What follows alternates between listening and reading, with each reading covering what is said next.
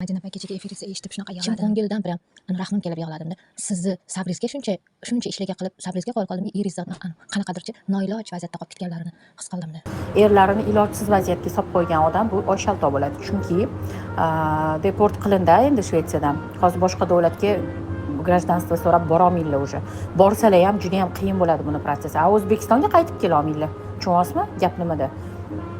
Vaziyatni og'irlashtirib qo'ydi bu u odamga nisbatan. Iflos boshida kariladi-ku, videolar qilib, ko'ringlarda qizlar shu videolar turgan bo'lsa. Ustidan yozyapman deganida, o'sha 100 marta ogohlantirganida, Madina, ering mana bunaqa ekan, anaqa ekan deb, tushunyapsizmi? Bilib turib qilganda buni. Bilgan что mashdan zarba bersam yeydi bu xotin. Madinaga eridan zarba beraman deb qilgan buni. Намеренно qilishgan xotinlar, chunki xursand bo'lib o'shanda ustidan yozib chiqib ovqatlanishlarga borib bir balolar qilib hayron bo'ldim-da. Odam namuncha birovni ustidan yozib chiqib xursand bo'lishi mumkin deb momentda bular undan 5 battar kashavarqa qilgan ekan. Tupitsalar. Bilganlar biladi, Madina o'zlari aytganlar, qiyin ahvolimda Shvetsiyaga chaqirganlar debda. U dokumentalniy chaqirmaganlar, meni bilishim bo'yicha yo'l yo'rig'ini o'rgatganlar, o'sha vizalariga nima qilish kerak bo'lsa dokumentlariga qarashganlar-da ular. Endi o'zlariga shunaqa yordam kerak paytida Madina hech nima qilib bera olmayaptilar, tushunasizlarmi? Madina qanchalik qiyin hozir, erlariga ham qiyin-da. Men u odamni rosa tushundim hozir, ichimdan his qildim.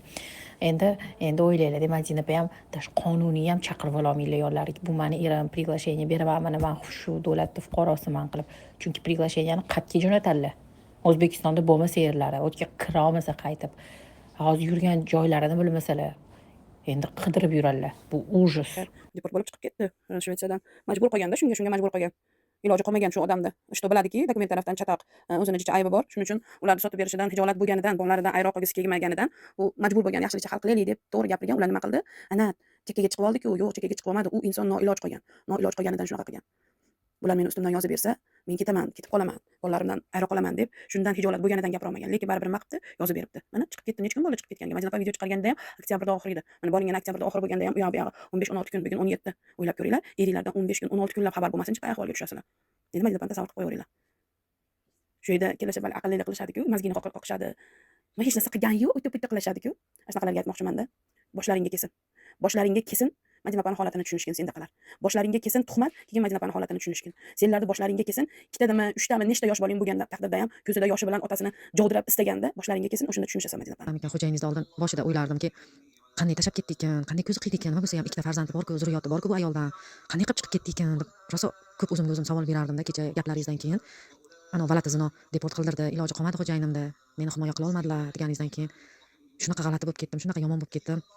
Значит, bechara odamni ham ilojisi qolmaganidan chiqib ketibdi-da, boshqa chorasi yo'qligidan bosh olib chiqib ketibdi-da deb juda yomon bo'ldim Madina opa kecha. Tuzingizlar, tinchmisizlar. Madinaxon singlim. Allohim sizga kuch-quvvat, sabr-qanoat bersin. Mushkullaringizga Xudoim chiroyli yechimlar bersin. Duolarimda doim duo qilaman, lekin gruppaga yozmayman, kamdan-kam yozaman, lekin doim eshitib duo qilaman. Kiraman, chiqaman gruppaga, asablarim chidamay portlab ketadi-da, lekin doim duo qilaman. Ilon Iflos Oyshaltoq, Qanjiq, uzr qizlar. Ilon shu gruppada nechta ayol qarg'ayotgan bo'lsa, shu qarg'ishlari yetsin Xudoyimga. Sen ikkita norasida go'daydi, otasi qoldirib, bir kunda bir marta dada deyishdan mahrum qildingmi Iflos? Iloyim, mana Madinaxonga nima tilagan bo'lsang, nima tilab yomonliklar qilgan bo'lsang o'zingga qaytsin Qanjiq. Allohning uylarini ko'rib, ko'zlari bilan ko'rib, ibodat qilib kelgan eningga ham qoyil qolmadim. Sen isqirtdi, mana shu yo'ldan qaytarmadi, qo'y bolam, ikkita go'dagi bor demadi xotin. Ro'mollaringni yechib yuborish, ro'mollaringni yechib tashlash. Ro'molning ichidagi shaytonsan senlar. Ikkita go'daydi bo'pti, ikkita kattalari mayli. Ikkita go'daydi kunda dada deb odo ko'rib turibdi. Xudo arg'amchini uzun tashab qo'ygan. Bir tortadi, yomon tortadi ona. Bir tortadi, yomon tortadi. Hali bularning javobi bor. Bularning javobi qoningdagini yo'q deb o'ylama Qanjiq. Voy oldimda bo'lsang mana shu zamon ko'tarsa raza sosam. Iflos ikkita go'daydi dada deyishdan mahrum qilding sen. Tirik yetim bo'lishiga mahrum qilding, sababchi bo'lding sen Iflos. Qanjiq. Iloyim shuncha ayolni qarg'ish ursin sen Iflosda. Ko'zingga Iflos. Ro'molingni yechib tasha Iflos. Ro'molsiz yurgan ayollar sen qilgan ishni mingdan birini ham, yuzdan birini ham qilmaydi Qanjiq. Iloyim Madinaxon, sen Madinaxonda chiqqan bo'qini, uzr qizlar, ming bor uzr, asabdan zo'r o'zim bosib o'tiribman. Chiqqan bo'qini sanab o'tirasan ekan sen Qanjiq. Men bu videodan keyin men bu bo'lishing kerak. Har videolaringda chiqib aytarding-ku.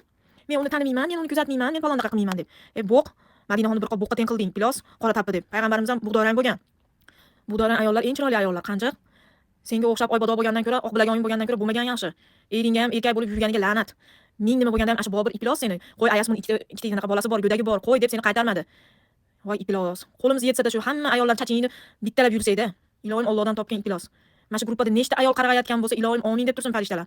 Sen go'daylarda otasi tri bo'lib turib yetim bo'lishiga sababchi bo'lyapsan. Bu gaplar Super Ona kanalidagi odil va jasoratli kuzatuvchilarning Super Ona hayotida bugun bo'lib o'tayotgan voqealardan olingan to'g'ri va asosli fikrlar edi. Bu fikrlar sizlarga ham ibrat bo'lsin va Pokiza ayollarni fohisha deb tuhmat qiladigan, oila buzadigan va farzandlarni yetim qiladiganlarni esa Alloh o'zi kifoya qilsin.